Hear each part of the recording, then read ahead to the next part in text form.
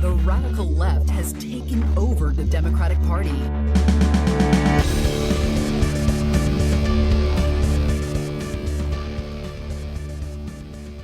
Hello and welcome to Think Progressively, covering politics and all the other chaos life has to offer. And boy, is there chaos this week. This is episode 95, recorded on Friday, July 7th from Milwaukee. I'm Joe. And I'm Jason. And on today's episode, we rage at the Supreme Court's plethora of stupid decisions. And one good one last week. But first, the headlines. Up yours, woke moralists. We'll see who cancels who. Up first in headlines. Jason, how was your July 4th? I worked on July 4th, so it was fine. Well, I'm sorry. It's the most American way to spend the 4th of July. Capitalism for the win, baby. How about you? Did you go to Bong Recreational Area? Oh, is that what you think I do? Jesus. That's a very inside southeastern Wisconsin / northeastern Illinois reference. If you know, you know. No, I actually was in a parade myself, and I was helping some nice little high schoolers play their instruments well for a 4th of July parade. Groomer. No, I will say it was kind of funny because we were in the parade after there was a bunch of politicians, elected officials there, and all the Democrats opposed. I wasn't in it, but a bunch of my family were, so they told me about it afterwards. All the Democrats were getting nice cheers, like, hey, I appreciate it, hey, good job, hey. The Milwaukee County Republican Party came by, and then no one did a damn thing. I think you're actually awkward silence. Convincing me to go to a parade now. Yeah. Just so that I can boo Republican politicians. Yeah, there you go. Freedom.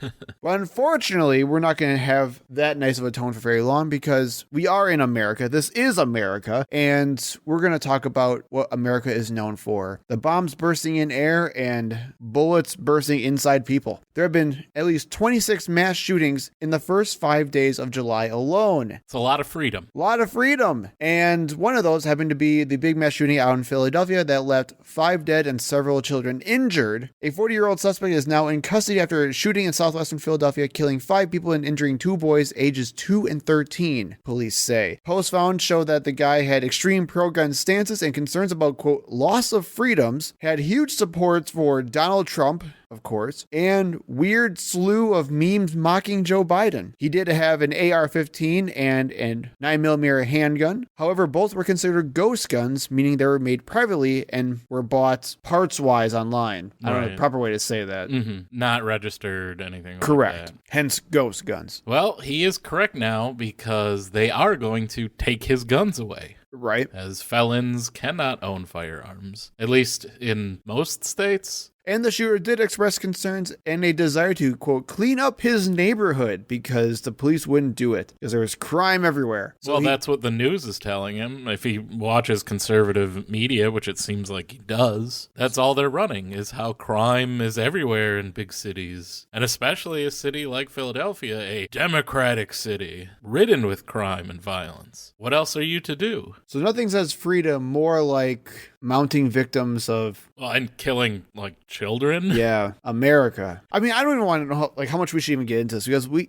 know the circle of life on this whole thing, and we just keep doing it over and over and over again. Stop voting for people who are literally letting us kill more people with guns. Stop it. We will never be able to actually do anything that matters, that has any substance when it comes to gun violence because it's already been established that, the Second Amendment just means that you can do whatever you want. Well, with how our Supreme Court has now shown that they can just take any single law they want and just twist it to their own means. It doesn't even matter anymore. And that one already was. I mean, that's what I'm saying. This is a previous ruling where they completely ignored the actual text of the Constitution where it says, as part of a well-regulated militia. That does not mean just blindly giving everyone assault rifles. It's explicitly contradicted by the text of the Second Amendment. But the Supreme Court just put their hands over their eyes and their fingers in their ears and the NRA's money in their pockets and decided that it didn't matter. How do you do both of those at the same time? Hands over your eyes, I guess you could do your thumbs. Your thumbs, yeah. Yeah, okay. I can see what you're saying. Are thumbs considered fingers to you? Yes. You have 5 fingers. Okay. And hot dogs are not sandwiches. Yes, they are. They are sausage rolls. Which are sandwiches. They are not. Let's move on. A very, very serious subject. This Sunday, the White House was shut down after cocaine was discovered. Cocaine? Cocaine! And Rick James is dead, so I'm not sure where it came from. Republicans say they know where it came from. Oh, I know where it came from. It was found in a cubbyhole in a West Wing entry area where visitors place electronics and other belongings before going on tours. The president and his family were out of town at Camp David all weekend and did not return until Tuesday. Oh, very convenient. That They knew what they were doing. Yeah, that didn't preclude every conservative from saying that the cocaine was obviously Hunter Biden's. We have a quote, a tweet. Oh, no, I just read it. From representative from Colorado, and according to Marjorie Taylor Greene, little bitch, Lauren Boebert, who said, "Let me get this straight. The White House is refusing to say whether the cocaine culprit will be arrested? Well, I think we should drug test everyone, including Joe Biden, until we know who smuggled illegal drugs into the White House." What? Why? And, so the White House said, yeah, we'll probably not. No, it's actually the Secret Service, because they're the ones doing this investigation, said that they likely will not be able to determine who brought the cocaine in, because thousands of tourists go to the White House every day. And yes, they'll review security footage, and they've already fingerprinted and DNA tested the baggie. But yeah, they probably aren't going to be able to figure out who it was with that much traffic. And Who brought cocaine to the White House? Bobo Berber thinks that means that they're refusing to say whether the culprit will be arrested. It's a cover-up. Yeah, absolutely ridiculous. We also have a truth from the man himself, Donald J. Trump. Does anybody really believe that the cocaine found in the West Wing of the White House, very close to the Oval Office, Yeah. is for the use of anyone other than Hunter and Joe Biden? Hunter and Joe. Why? But watch. The fake news media will soon start saying that the amount found was very small, just like my hands, very small. And it wasn't really cocaine, but rather common ground-up aspirin, and the story will vanish. What is happening? Has deranged Jack Smith, the crazy Trump-hating special prosecutor, been seen in the area of the cocaine? He looks like a crackhead to me. And the only part I made up in there was the tiny hands thing. The rest legitimately was posted. He looks like a crackhead to me. Oh, no. And I don't know why he was saying that they'll say the amount was very small and it wasn't really cocaine. No, they actually confirmed that it was cocaine yesterday. Oh, man. I did not know that he just took random shots at Jack Smith in this. Right, yeah. It was just like, what? Oh, Jesus. It was really helping out his ongoing legal troubles.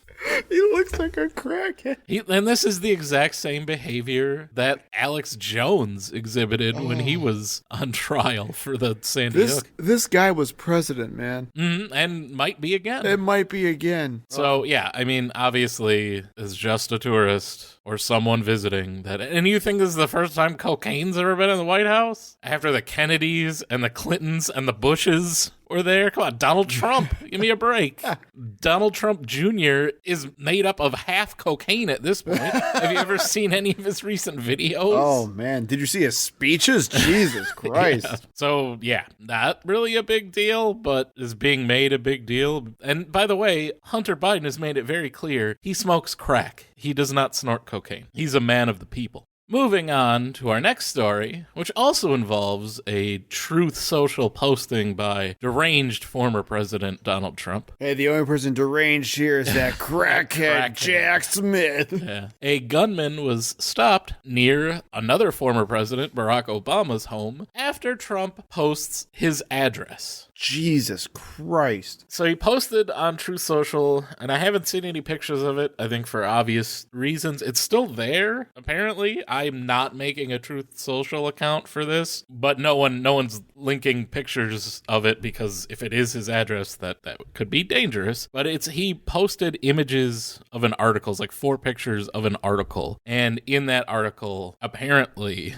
the address of the Obama's home near Washington, D.C. is in there. Jesus. So this happened on June 29th, so last week. This person, we're not going to say his name, as we usually don't in these types of cases. We don't want to give them any attention, even as small as our show is. The person who was apprehended reposted a Truth Social post from Donald Trump containing what Trump claimed was Obama's home address. In a post on Telegram, he wrote, quote, "We got these losers surrounded. See you in hell, Podestas and Obamas." Why did he put an apostrophe? Yeah, he made it possessive for some reason, but grammar is not any conservative strong suit. And that was, of course, a reference to Barack Obama and John Podesta, the former chair of Hillary Clinton's presidential campaign in 2016. He also allegedly talked about finding an entrance to the Obama's home using the sewer system. Oh, dear God. According to the court filings, he threatened to blow up the National Institute of Standards and Technology. Not sure why. Maybe because of the metric system. I don't know.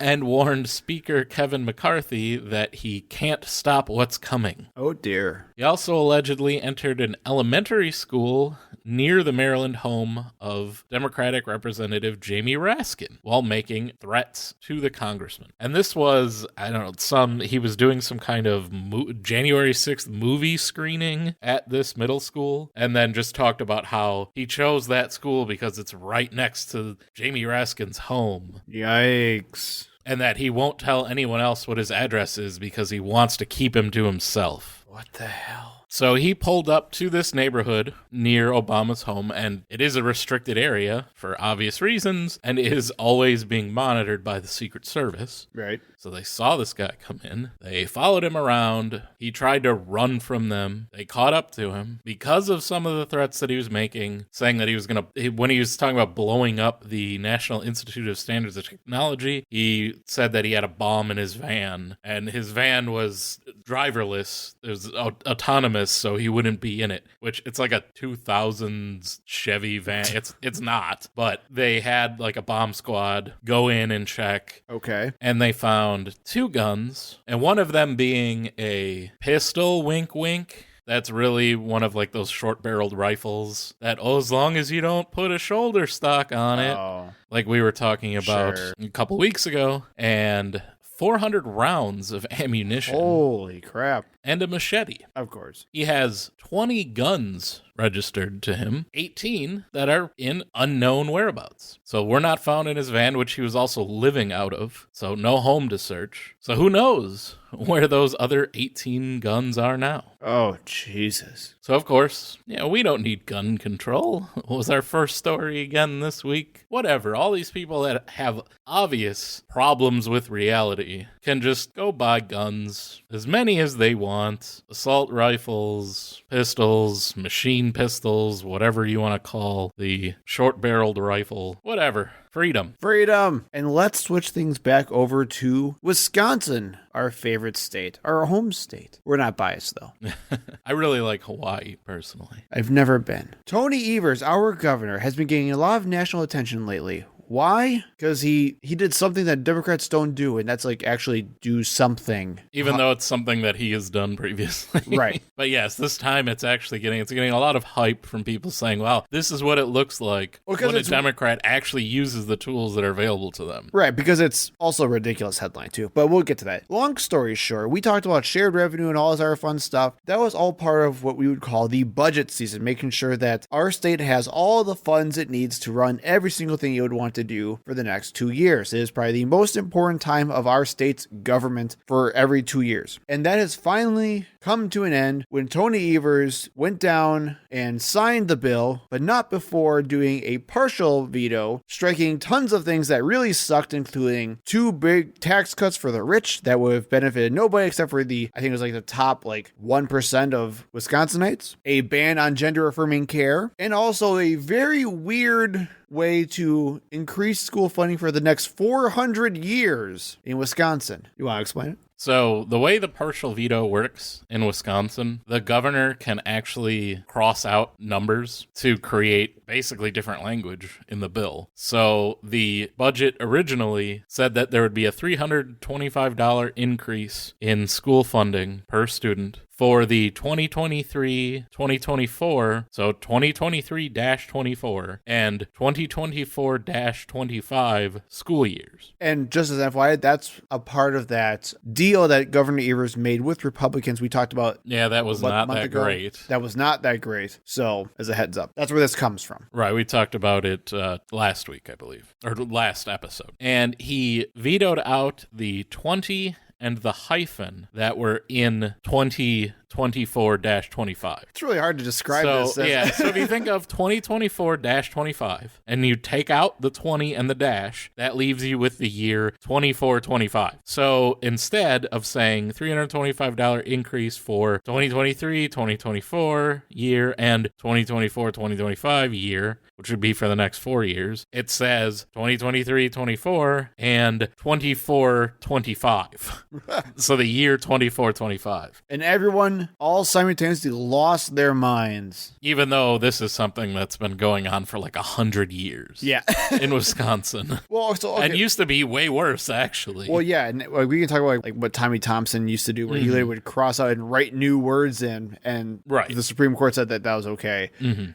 We should also probably cool the temperature a little bit on this. Yeah, that's the headlines are really cool. It's not really even funny. that much. No, first off, it's not that much. It's still like it's a part of this really crappy deal that we talked about last time. And second, him signing this budget for 400 years does not enshrine this money to be used for 400 more years. Right. Obviously, the next budget. Right. It can be overturned by any new legislation, and they can literally just be overturned in the next budget. So when people are freaking out saying, he funded things for 400 years, that's a really cute little headline you have there, but in reality, that's all it is. So why does Wisconsin have this weird veto power for its governor? There are a lot of states that have a line item veto where you can strike out single items. Wisconsin, you can strike out letters and dashes and strike out parts of sentences. And it all has its roots in a constitutional amendment that was approved by Wisconsin voters in 1930. So it's been there literally for almost 100 years. Yep. As you said, it's been used, it used to be called the Vanna White veto,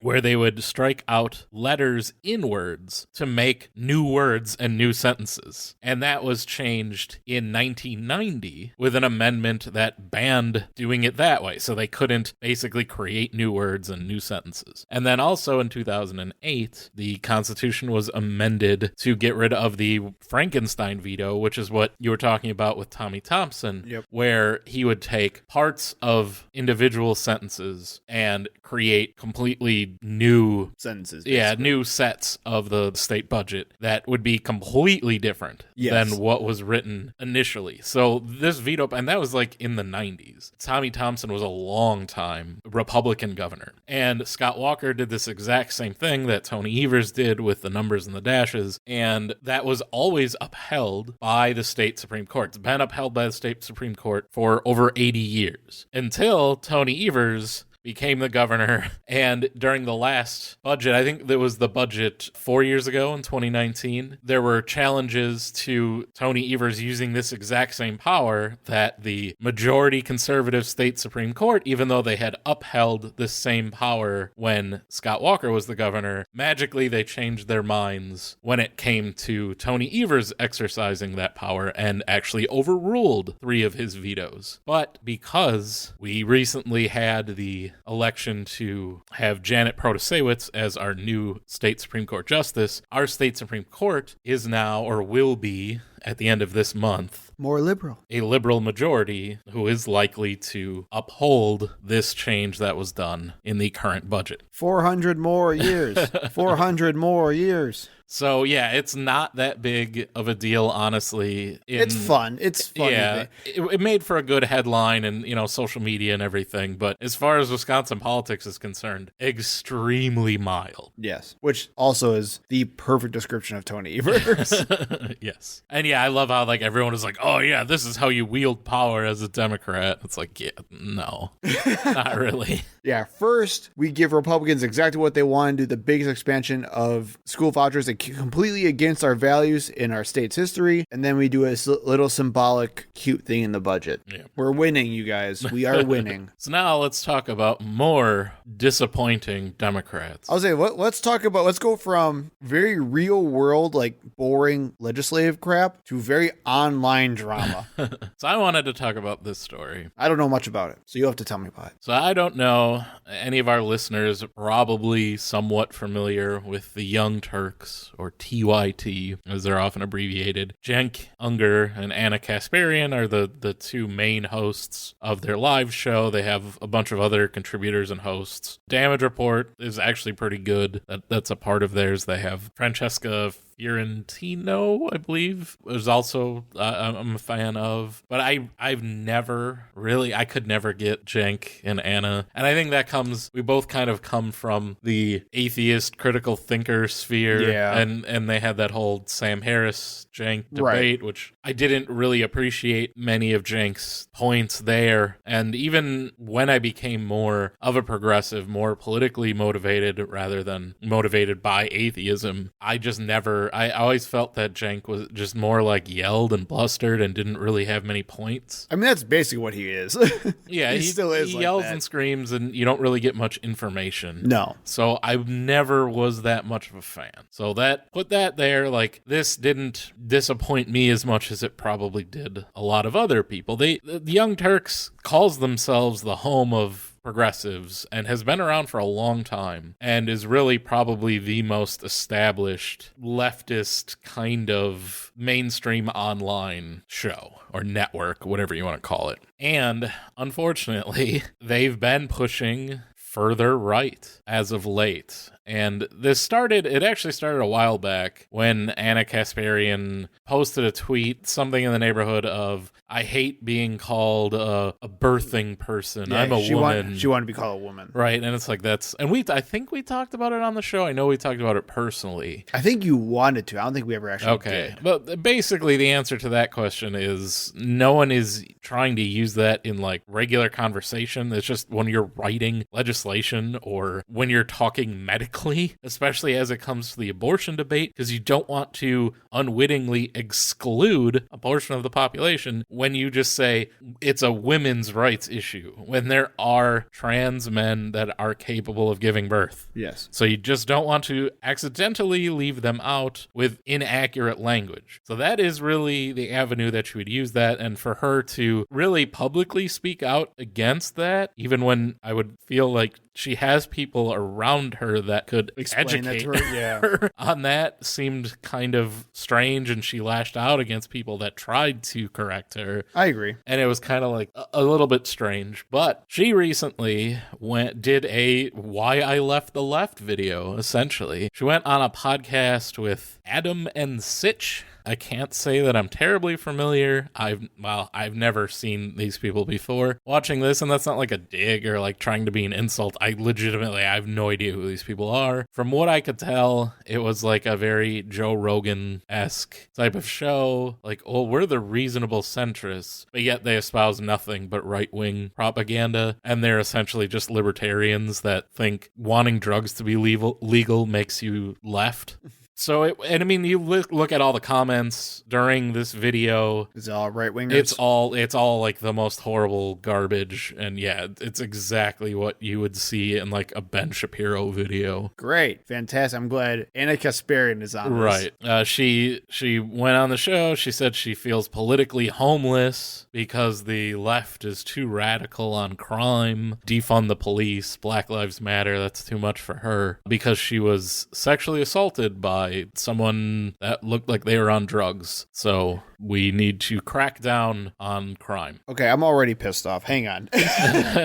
Because, okay, let's talk about this for a hot second. Yeah. I saw this a little bit. I didn't know what the story was. I tried doing a little bit of looking into this beforehand, but I knew so little about this thing. I had no idea where to even start. And I saw this little clip of where she said she felt politically homeless and all that fun stuff, right? She also talks about, and we're going to get this in a different point here, but in a different clip where she talks about how, like, she's warning the progressive community how we live in a bubble. And we need to recognize that we live in a bubble. And I also agree with that to an extent, but we can talk about that later. The fact that she feels that she's politically homeless homeless when she clearly can just be not as a far left progressive when talking about crime. It's such a it's such a stupid idea. Right, you're just a Democrat then. Yeah. You're a K-hive. But that's what I'm saying. Like there are so many people like that. Yeah. That are all in power. And if that's how you feel, then that's how you feel. Okay, so be it. Well, what's up with this whole grandstanding crap? We're saying I feel politically homeless because the left is too far left. Okay, if that's the case, I mean, I still disagree with you, but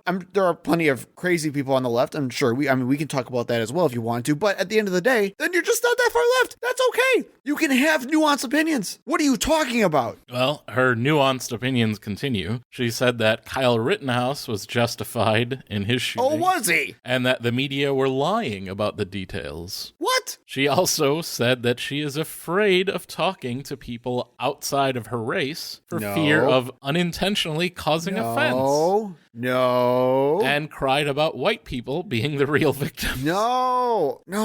Anna, what? And she cited that story about the guy who was birdwatching in a park and the white lady called the cops on him as like that being a reasonable response. And that's when she said she's afraid to talk to black people. No way. Even though, and she also seemed to indicate that she wasn't white because she's Armenian. Yes. So then what do you mean by outside of your race? Oh my God. Anna. And again, race is a social construct, and I'm sorry, Anna. Well, that's what I was going to say. As much as it makes you the victim, you are white. Well, and that's the idea is that then now she's just evoking race when it fits her narrative when she wants to now. And even with that whole bird watching thing, the guy was being reasonable. Even he was upset about what happened with like the whole online thing. Okay, but the guy himself was being reasonable. The woman was being crazy there. And the fact that Anna would identify with that woman is insane to me. It goes on. She also promoted noted anti-trans journalist Jesse Singal, who she called a good faith critical thinker. Oh, fuck's sake. And she said that puberty blockers and hormone therapy are not safe for children. Come on. Do the most basic bit of research, Anna. And again, these people work with trans people. They have access to an incredibly large audience that they could pull on this. They're in like a large, well-funded media organization. It's not like an average person that you meet on the street being like, yeah, I just don't understand it. Jesus. This is somebody that has all of the tools, all of the resources at their disposal and does this for a living, that should know better and is supposedly on the side of the trans community. And then later, Cenk and Anna on I guess they do a live show. I just noticed in all the clips that I watched, it said bonus content on it. So whatever that means, if you watch that show, basically attacked what they call radical trans activists on the issue of trans athletes, saying that it's a losing issue politically to fight for and will just result in Republican politicians winning elections. Oh my God. Cenk did not cite any data or even talk about why he believes that trans women maintain an athletic advantage after hormone replacement therapy. He just said that as a man, he would be able to bench press more than most women. So, and here's where I was kind of referencing before, because I saw this clip as well, where Anna was talking about how, again, the progressive movement needs to understand that they live in a bubble. And we do. We all live in bubbles, and that's okay, because we physically can't be in all those social bubbles all at once. So that's fine, to a point at least. What annoys me is, one, they didn't cite a damn thing. Right. But what annoys me here is that when you look at what they're saying, at the end of the day, it's just moderate talking points saying that they want to think strategically about these issues. And what I get really annoyed with is in a lot of Democratic circles, because I'm in a lot of them, there's a lot of emphasis, especially from moderates, about, quote, not taking the bait. All right? You don't want to take the bait and fall into their Republican traps, and you want to stay on your points and your message. And I agree to that to a point. The problem is these same moderates also don't realize that spewing Republican talking points and being so overly strategic to the point where you are conceding the argument, even though you know you're correct, is also taking the bait. So the fact that they are saying it's a losing political issue and people think it's unfair, and even though they may be inaccurate, they still believe it's unfair, which is true, by the way. That is a real belief. Most people don't understand understand the idea of trans athletes in this country, and they feel emotionally driven to feel like it's unfair, and that's a normal reaction. The response should then not be, so let's not talk about it ever again, and let's just throw trans people under the rug. The response should be is, what's the best approach we should have to educate and inform the most people we can about this issue, so it's not a wedge issue anymore? Because if this is the case, you can make this exact same type of logic with segregation. Because back in the day, integration was a wedge issue, and people didn't want to talk about it because that would cost them elections. And yeah, it was wildly unpopular in a lot of areas. So the whole point of saying, because Republicans say this, we shouldn't talk about it, is literally taking the bait and not being strategic the way they think they're trying to be. Right, we should not talk about it. We should cede the ground. And I guess trans people are just on their own. Sorry, you can't compete in sports because you're just going to have to be second-class citizens so that moderate Democrats can win elections. Right. Now, again, don't get me wrong. Like, I want to make this very clear. That doesn't mean that there aren't wrong ways to go about trying to convince people of this. Screaming and shaming people who legitimately do not know any better, because again, we live in a bubble. Most people don't have podcasts who do this stuff and like go into all this type of research and all this type of like online social circle crap. Most people just say, well, I don't really understand. I just like football, and that's a guy in a women's league because I saw Joanna Man once in the 90s or 2000s, and I think that's what trans people are. You have to find the proper way to educate them and to inform them on these issues. But shutting the hell up is not the proper way to do so. Oh, that makes me so angry, man. Well, and just abandoning your principles and your allies. Yes. Also, what makes me really angry with this whole like taking the bait with the trans athlete stuff is also when you also know that the other side is actively lying and deceiving about what's going on. I'd also argue that you have an ethical obligation to tell the freaking truth and not just say, well, we can let them lie because it's not strategically advantageous. People won't like it. Right. If I push back. It's going to hurt some people's feelings. And might cost me votes. And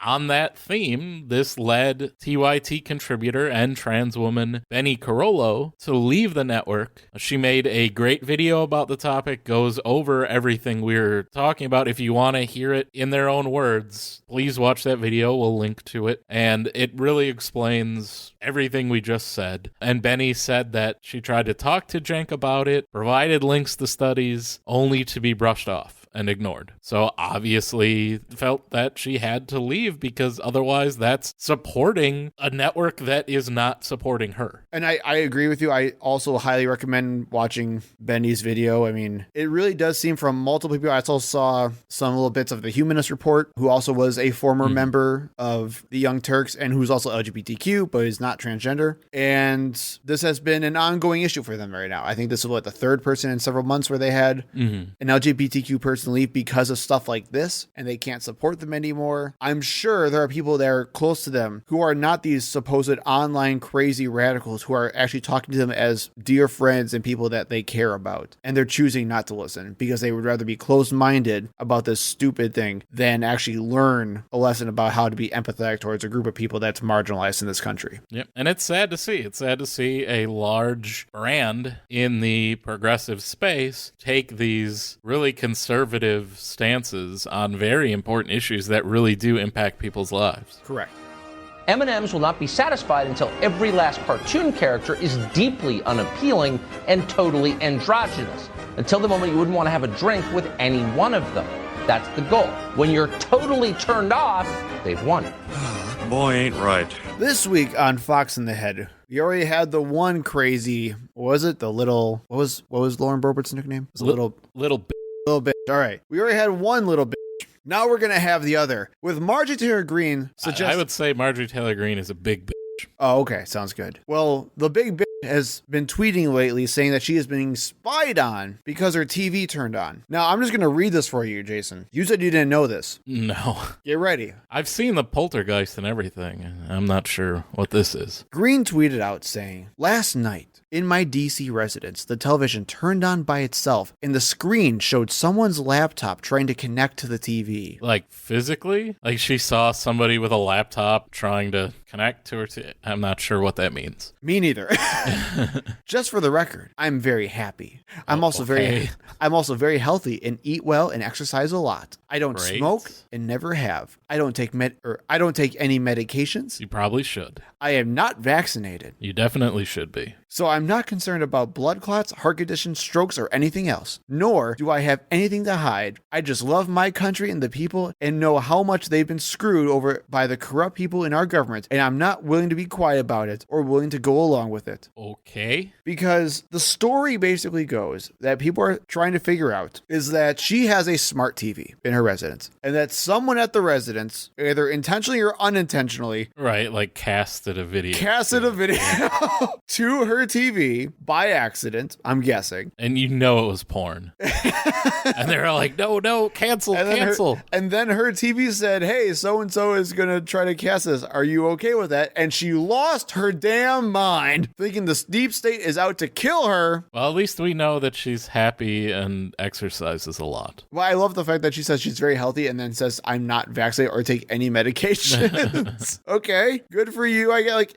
just imagine, man, the conspiratorial paranoia you must have if someone accidentally just tries to connect to your smart TV by accident and you have an entire deep state conspiracy to explain it. Then that's your first thought. Well, it is Marjorie Taylor Greene after all. Oh my God. Well, and related, I just wanted to tack this onto the story, as we have been talking about the confrontation between Marjorie Taylor Greene and Lauren Boebert on the House floor, in which Marjorie Taylor Greene called Lauren Boebert a little bitch. And it was confirmed both that she is and that it was actually said. And Marjorie Taylor Greene, as a result, has been kicked out of the House Freedom Caucus. The first member to have been removed. That's hilarious. So much like Anna Kasparian, Marjorie Taylor Greene is now politically homeless. Welcome to the resistance, Marjorie. Oh yeah, I'm sure. And that's how I became a socialist. I wouldn't be surprised 30 years later, she's going to come out with a book with that exact same title. And she's going to believe every word she writes, man. That was really a productive segment, wasn't it? It's hard to get any word in with this clown.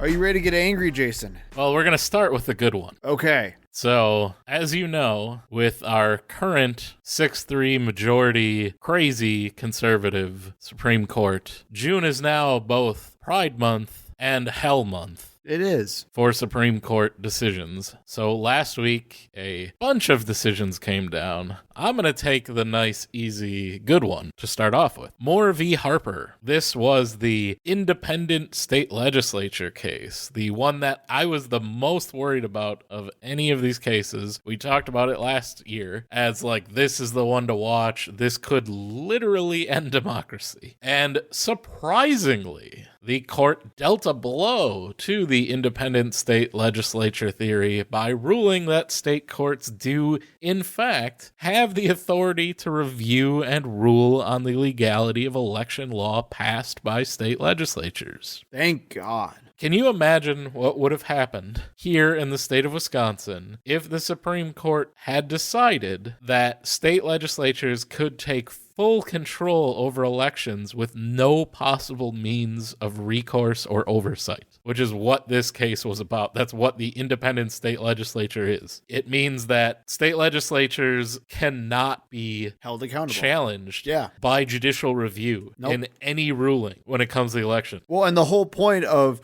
having these twisted election laws is to also avoid the other way of being held accountable, which is via elections, which is the whole idea behind gerrymandering, for God's sakes. They could have literally done things like thrown out any of the ballots coming from Milwaukee or Dane counties to basically overturn any state election that they wanted. And you wouldn't be able to do anything about it. Nope. And this case came from North Carolina after their, at the time, liberal majority state Supreme Court ruled that the legislature's maps went against the state constitution due to being partisan gerrymandered. That is correct. The state Supreme Court had recently flipped conservative and announced that they were going to review that decision because apparently it's not partisan gerrymandering if you got a partisan court. If you're on the side that's being gerrymandered. So that could have meant that the Supreme Court would not have ruled on this case because that decision by the North Carolina Supreme Court would have made this decision moot. And that's kind of what was being argued by the crazies on the court that were pushing for this decision to not be made. Right. So your Alitos and your Thomases and your Gorsuches. But instead, we got a ruling, and it was a surprising ruling. And it didn't suck. Right, so good job, Supreme Court. And that's last time we're going to say that. Because while this Supreme Court tried to fix a problem that has been there for many, many, many, many decades, it has now decided that a systemic problem known as racism has been officially solved. There is no more racism in America. We can celebrate. Our Juneteenths will matter more as we take over the 4th of July, knowing that we have solved racism today. Yay! That was a really good deal for that dollar I spent on those. Hey, we got so many more of these, too. I know. These will last us a lifetime. These will last us as long as the Supreme Court. I mean, Clarence Thomas has to die soon, right? You would hope. Of course, I'm talking about SFFA, which stands for Students for Fair Admissions, by the way, v. Harvard. This is the Affirmative Action in Higher Education court case. Last week, the Supreme Court struck down affirmative action in college admissions, declaring that race cannot be a factor and forcing institutions of higher education to look for new ways to achieve diverse student bodies. And when by looking for new ways to do so, I mean like not doing so. Instead, going back to the tried and true method of who donates the most money to your college. And we should talk about that as well, because as was brought throughout this case, legacy admissions are a big part of Harvard's admission process. I think from much larger than any affirmative action hire. Yeah, I believe it was like admission. Yeah, according to I think reports and a couple of studies, is it 20 to 25% of all current Harvard students are legacy admissions? And where is that discrimination? Where is that inequality that we're going to talk about here? Oh, it's nowhere to be found. Yeah, that's fine. Yeah, of course it is. And this also affects public colleges. Because Harvard University being a private college, the lawsuit was also brought up against the University of North Carolina. Correct. Which is a public college. We got to make something very clear here. When we're talking about affirmative action, I think when we were talking about this like a while ago, we wanted to do an affirmative action episode, I think just explaining what it was and what it wasn't.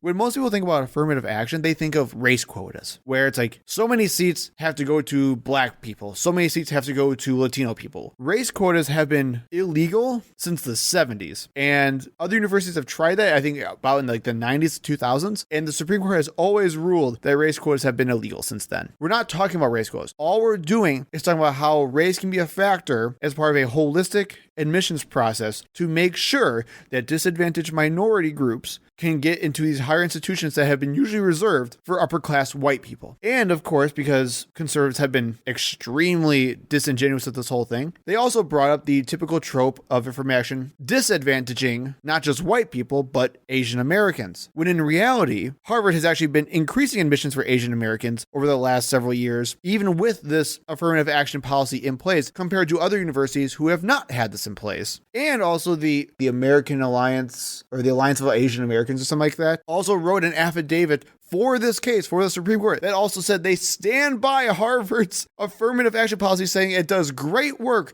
to help benefit Asian Americans throughout the country. I think it's the Alliance of Asians and Pacific Islanders, AAPI. Thank you.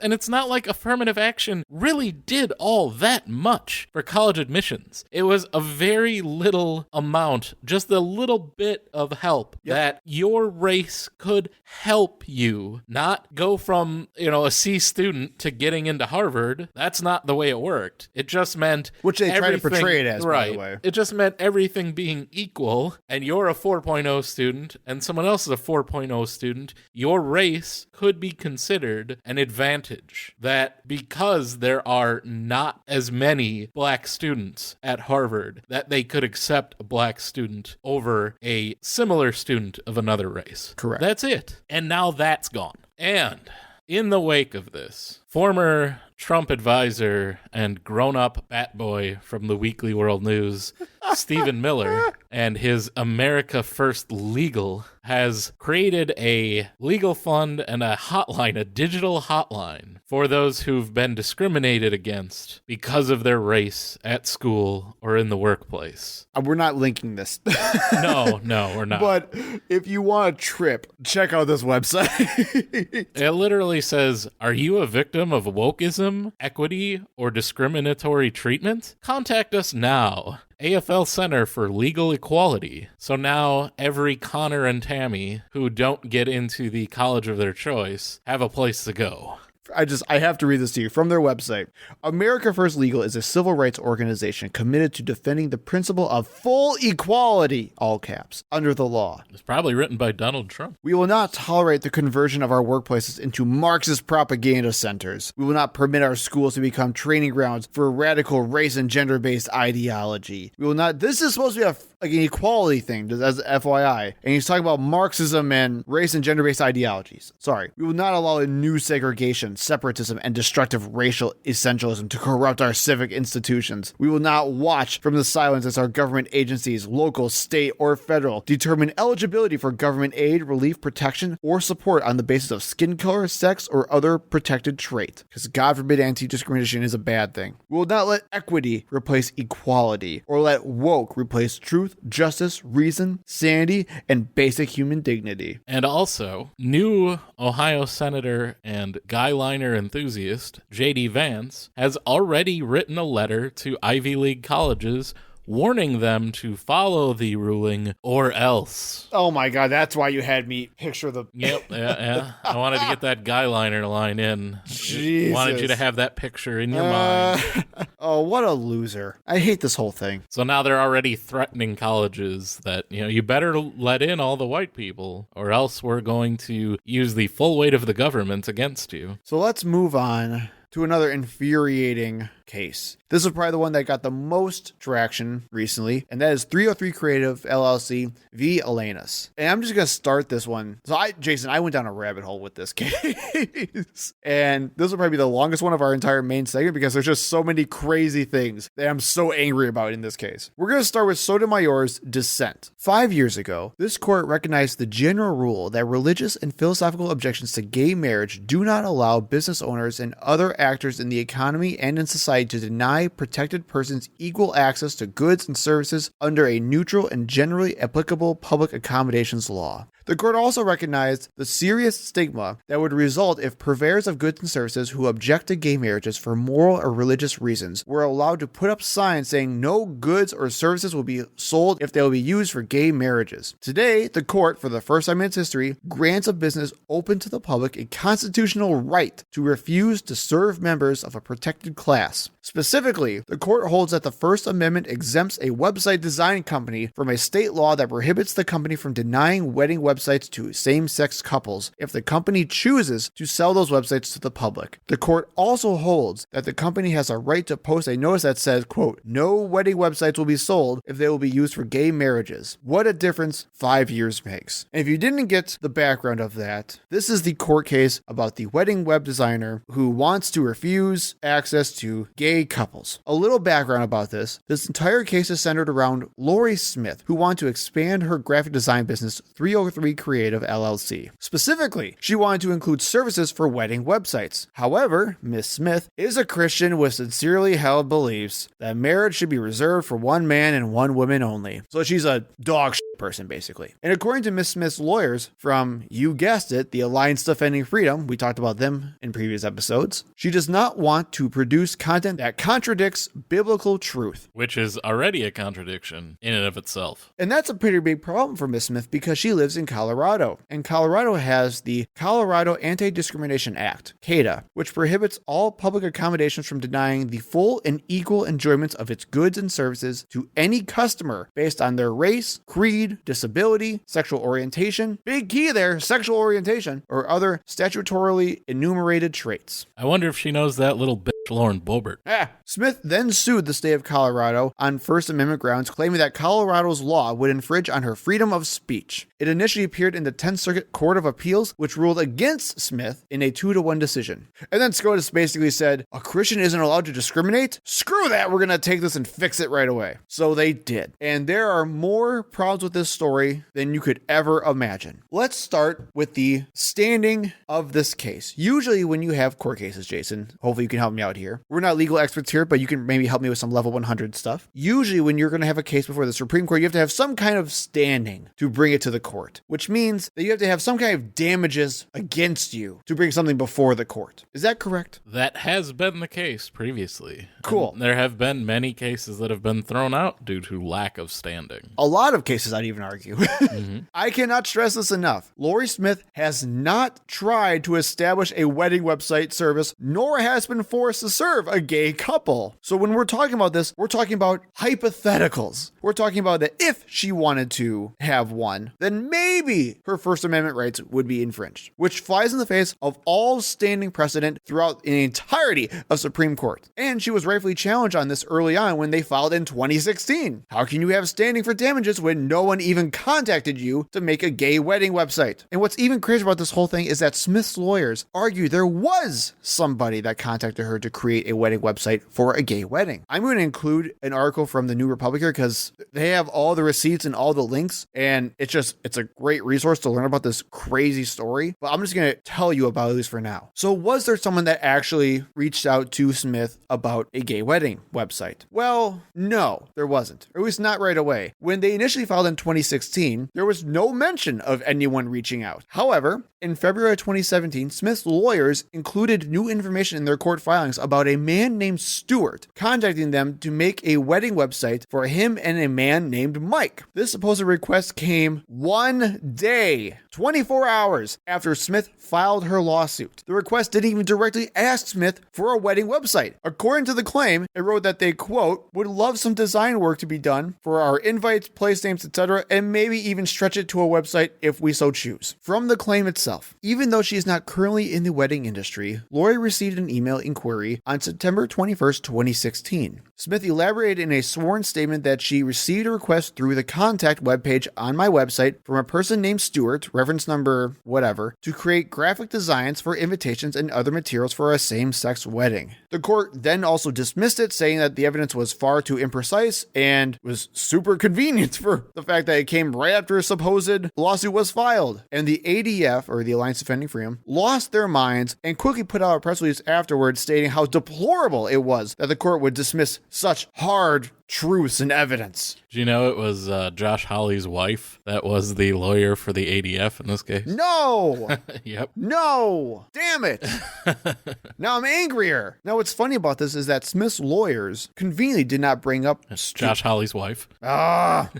Did not bring up Stewart or Mike in front of SCOTUS. And what's even crazier is that Stewart's contact information was not redacted in the lawyer's filings. So guess what? A reporter reached out for comment from Stewart. There was no last name given, by the way, so we were just referring to him as Stewart. When the reporter got a hold of Stewart, he found out that the phone number, address, email address that was all listed in the court filing was all legit and did lead to, in fact, a guy named Stewart. Except Stewart is not gay. He's also married and has children. Quote from the article in Conversations with Stewart, I'm married, I have a child, and I'm not really sure where this all came from, but somebody's using false information in a Supreme Court filing document. Also, it's worthwhile knowing this guy lives in San Francisco, and this court case is happening in Colorado. To make things even weirder, he's also a decently known web designer who has spoken at some graphic design conferences. And he also said that he never heard of Smith until the case got before SCOTUS. And I think the reporter put it perfectly in the article, saying, why would a web designer, as the website the inquiry referenced as his own made clear that he was, living in San Francisco, seek to hire someone in another state who has never built a wedding website, let alone a website for a same-sex wedding, to build his wedding website? So already we have falsified claims of damages. And if anything, that should show you what the Alliance Defending Freedom and Josh Hawley's damn wife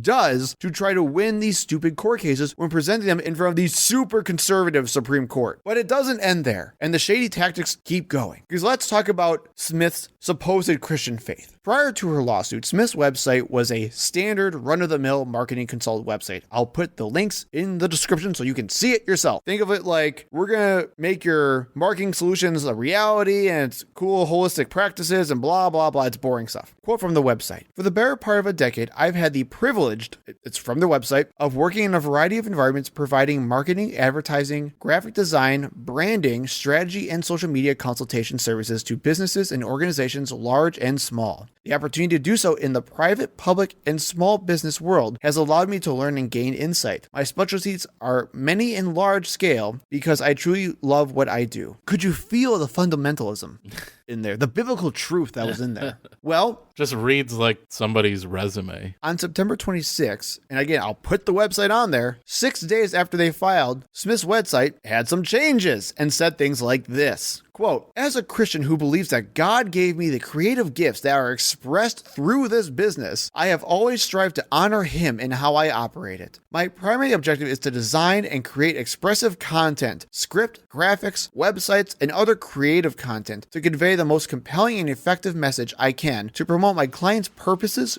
goals, services, products, events, causes, or values. Because of my faith, I am selective about the messages that I create or promote. While I will serve anyone, I am always careful to avoid communicating ideas or messages or promoting events, products, services, or organizations that are inconsistent with my religious beliefs. Something obviously tailor-made for this lawsuit. No kidding. Another part also... My business is my speech. Right. And I feel like my speech is very important to me. I'm Christian. My speech is informed by my deeply held religious beliefs. Jesus. I would not want my speech to be infringed upon by making me say something using my creativity that I would disagree with in my faith. Right. Another part also said 303 Creative believes that a deeply personal relationship with our clients is essential to providing services that exceed your expectations. So you gotta love that they added the personal relationship in there as well, that she just supposedly didn't care about before. And then I just had to throw this in there as well, because again, she already had the lawsuit happening. So she also had a statement on the lawsuit she filed saying things like, you ready? I am very sorry that some people are so intolerant of my beliefs shared by many Jews, Muslims, Christians, and non-religious people in this country and throughout the world, as to harass you. As you know, I try to treat everyone with respect, and I wish they would do the same. You covered up another grammatical mistake for her. She said, and non-religious people in this country and throughout the world.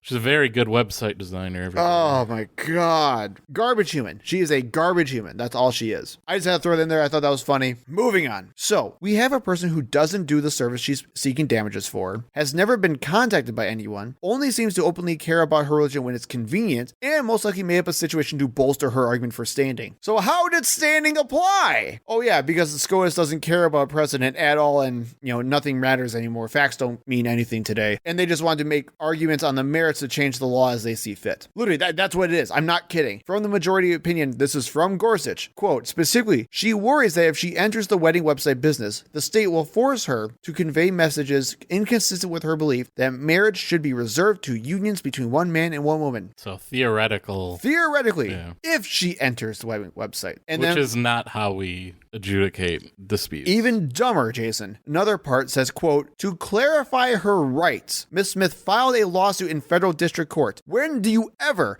file a lawsuit that gets taken up to just clarify your rights? This is freaking insane. So what are the actual arguments of this whole thing? Well, the majority argues that Smith is allowed to express her beliefs through her products, aka the wedding websites. They also called them art and unique and tailored, and they keep using that language all throughout. These wedding websites are art, you guys. I promise you. A quote from Gorsuch's opinion, but she has never created expressions that contradict her own views for anyone, whether that means generating works that encourage violence, demean another person, or defy her religious beliefs by saying, promoting atheism. And then I have another quote here that says, the government could require an unwilling Muslim movie director to make a film about the Zionist message, or an atheist muralist to accept a commission celebrating evangelical zeal if Miss Smith were to lose. Because that's how it works. Because that's how it works. The government always commissions these movies and murals. And that's not even how anti-discrimination law works at all. And to even suggest it as such shows that you should not be on the Supreme freaking Court. And rightfully so. Sotomayor debunks all these claims in her dissent. Quote, crucially, the law does not dictate the content of speech at all, which is only compelled if and to the extent the company offers such speech to other customers. For clarification, that means CADA, the Colorado law, does not force businesses to use specific speech. All it does is state, like we've had in many other examples of anti-discrimination law since the damn 1950s, is that if a business makes a product open to the public for commerce, then it cannot refuse service to the product based on innumerable characteristics like race, religion, all the protected classes stuff. That's all it is. This was the same crap we had to deal with the Masterpiece Cake Shop stuff 5 years ago, where they're trying to say that calling a wedding cake is art and speech and all this other crap, when in reality,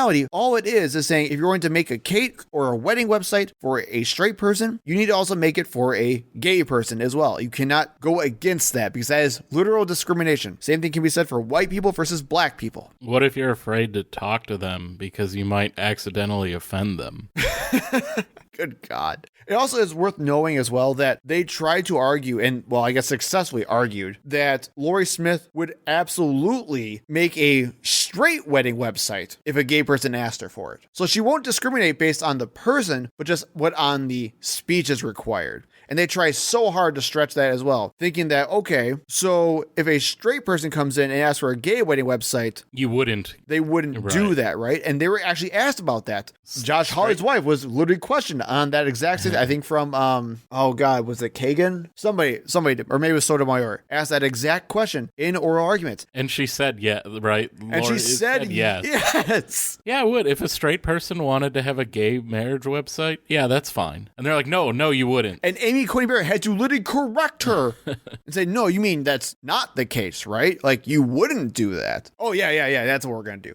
It's literally that stupid, you guys. I'm not kidding. All those straight people getting gay married. Oh, my God. So annoying. It's a choice, right? That's what they say. Sotomayor gives several other examples to clarify that this is not a free speech issue and that how the law does not compel speech at all. Quote, the company could, for example, offer wedding websites with biblical quotations describing marriage as between one man or one woman. The company could also refuse to include the words love is love if it would not provide those words to any customer. All the company has to do is offer its services without regard to customers' protected class characteristics. And I love this quote so much. To repeat, because it escapes the majority. It's literally in there. It's amazing. The company can put whatever harmful or low value speech it wants on its websites. It can tell people what they don't want to hear. With the idea being they're just going to go somewhere else, which is what she wants anyway. Right. So that would solve the issue. You don't need to actually deny service to someone based on their sexual orientation. And based on all of this, we now have a web designer who now is able to who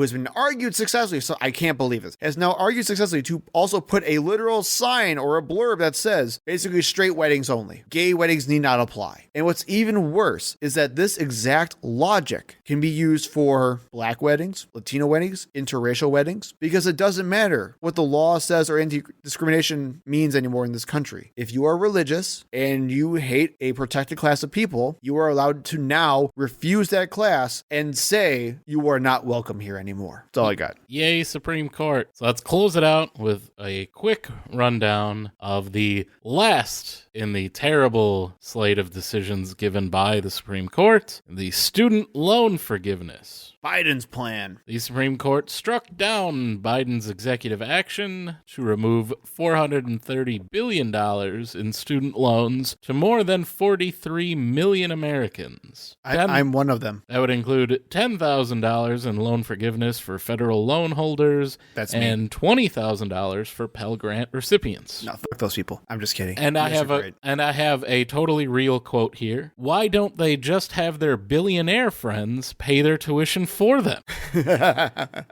By Justice Clarence Thomas, I assume. This suit was brought by the state of Missouri on behalf of Missouri Higher Education Loan Authority, or MOHELA. And see if this kind of sounds a little bit familiar from what you just heard. They are a student loan servicer that stands to lose $44 million in servicing fees from debts that would be wholly canceled according to the state of Missouri's calculations. But MOHELA did not actually file a suit, did not know that they were involved in this case, case until they saw the court filings, and according to them, they stood to gain from debt cancellation because it would get an estimated $61 million in fees to process loan forgiveness. Several reporters did open records requests to gain information and internal emails from Mohela to do so, and they found how angry they were to be a part of this lawsuit. Right, they wanted no part of it. They wanted nothing to be a part of it. Once they found out about it. So Mohela is being used as a literal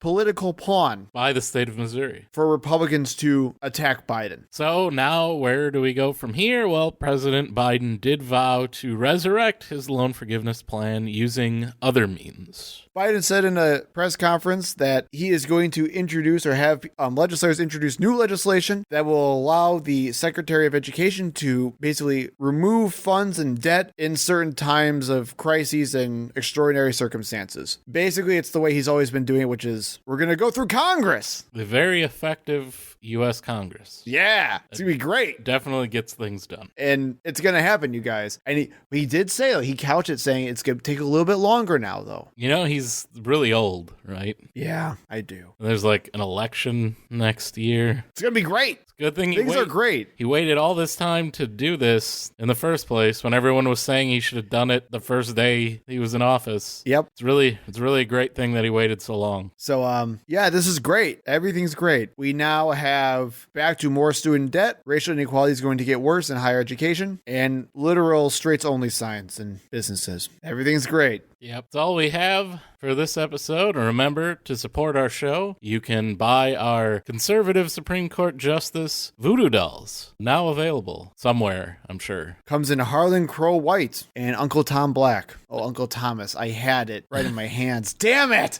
Oh! Thank you for listening. We hope to see you in the next episode. You can find us on Facebook and Twitter at ThinkProPod. You can email us at thinkpropod@gmail.com. And remember, when in doubt, think progressively.